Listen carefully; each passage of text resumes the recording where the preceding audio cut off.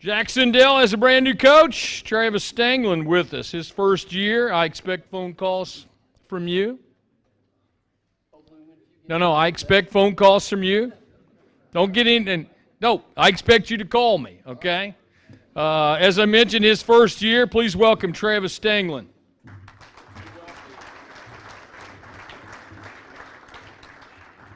First off, I'd like to thank everybody that put this on. This is a great event that's going to help us establish our area and help our basketball teams. This is my first year here at JAC-CEN-DEL. I'm very fortunate to hold a job at JAC-CEN-DEL. It's a very basketball community. I still remember I spent 5 seasons at Rushville as an assistant, spent 1 year as a head coach at West Central, and then was fortunate enough last year to go to Kokomo and be an assistant. I still remember my first year at Rushville. I went to the state finals in 2009 with a buddy, and I'm sitting there thinking, I'm new to the area, and I'm looking, and it's the 1A game, and I'm thinking, where is JAC-CEN-DEL with like 250 kids? They had to bring their entire community, and they ended up winning the state championship that year, and I'm very fortunate to be able to coach at a school that's got that, and it's got a tradition and a storied program. Right after I got the job, it was funny because I've got people calling me wondering when we're going to start our middle school fall league and everything, and I'm just worried. I'm just trying to get my head above water, try to learn my kids' names at this time. But it's good to be in a community where people want that and want to carry on the tradition. My staff this year, we've got an entire brand new staff. I brought tonight Jake Todd. He's going to be our varsity assistant and freshman coach. He moved over from the girls' side. Done a lot of work with our feeder program, drives to Triton Central for our middle school fall league, coached our 8th grade team, did a great job with that, spends time with our 1st through 6th graders with our Eagle Basketball Academy for the last 6 Saturdays, and greatly appreciative for that because that's a lot of time that's away from his wife and family that he gives to us. My JV coach is going to be Brad Goldsberry. He's going to move up from our 8th grade coach from last year. He spent the entire summer with, coaching these kids, which I'm greatly appreciative for. Like I said, I didn't get hired until late July, and him and Steve Narwald took our summer program and did a lot of good things for our kids. My 8th grade coach is another guy that moved over from the girls' side, Anthony Mormon. They've been going at it for about the past 2 weeks. He's done a lot of good things with them, very energetic, very enthusiastic. Like what I see from them in our 8th grade class. And our 7th grade coach is going to be Jason Bowles. Our 7th grade group is a class that has some talents, won some games in the past. I hope they just continue to work at it and hopefully win some games as that.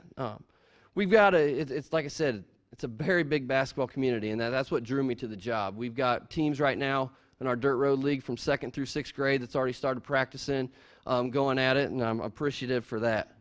It's going to be a tough job to fill because last year, obviously, they went 19-9, made it to the regional championship. So there's going to be some expectations and some shoes to fill. So the outlook for this year is, obviously, we want to be the ones cutting down net on Saturday night in March. That is to everyone in the community, that's the expectation. And with that, our kids understand that. And so I got the job, like I said, in the middle of July, and I had 5 workouts with our kids. I have some kids playing AAU. I've got some kids that are on vacation. Today was actually the first time I actually had all my kids together for conditioning and things like that. So our ability to how good we're going to be is how quickly can we pick things up from my system.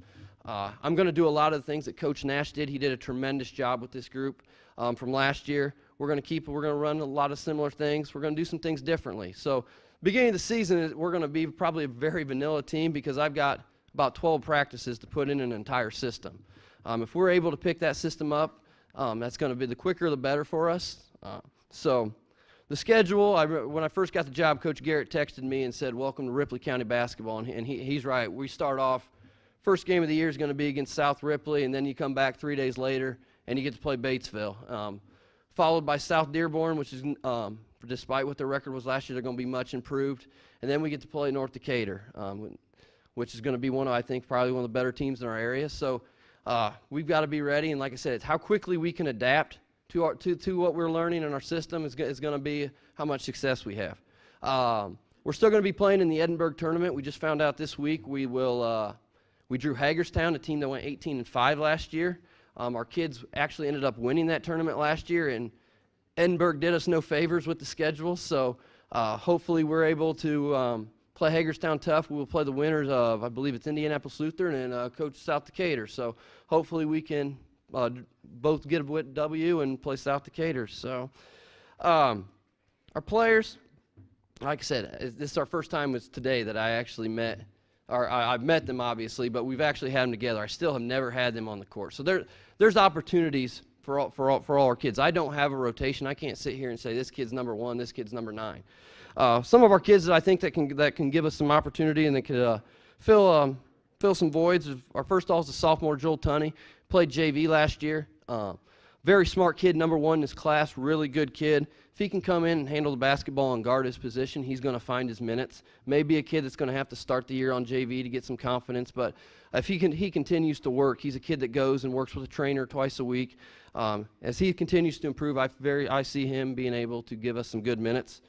Our next sophomore is a kid that most of you would probably love to have, is Connor Hubbard. He is a 6'8" sophomore, very raw, but he's got something that I can't teach, and that's size at 6'8". He's a kid that has size 19 shoes, so if you know anybody that has a pair of size 19s, we're still looking for his shoes. But the nicest kid in the program. He's the type of kid that on the court, if he knocks somebody down, Connor helps him back up.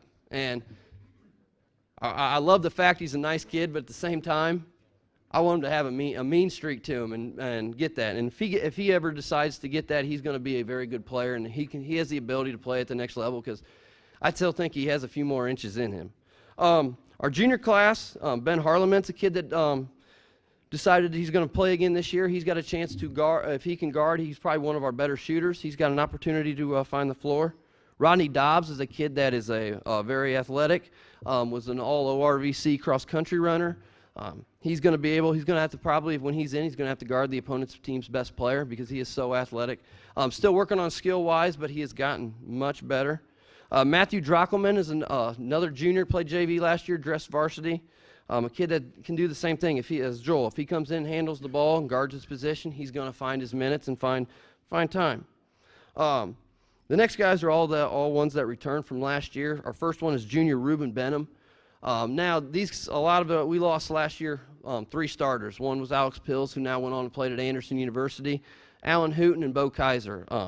All these kids are going to have to step up. These kids are kids that played last year, but not many of them saw meaningful minutes. So those kids now have to go from playing 8 minutes a game to playing 24 minutes. And how well they're able to do that and how quickly is going to gauge our success. Ruben is a kid that's one of our better shooters. Plays his tail off every possession. A kid that you love to have in your program. Probably partly responsible for. Sorry, Coach, don't want to bring up bad memories, but Ruben hit 4 3-pointers last year in the sectional game against Hauser. A kid that came out of nowhere, didn't have the best of season last year, and for him to step up in that situation, hit 4 3-pointers in a game like that shows a lot of confidence. Now he's going to be expected to do that every single night. Our seniors, first one is going to be Maverick DeWanger. Maverick's a kid about 6'1" or 6'2", big body.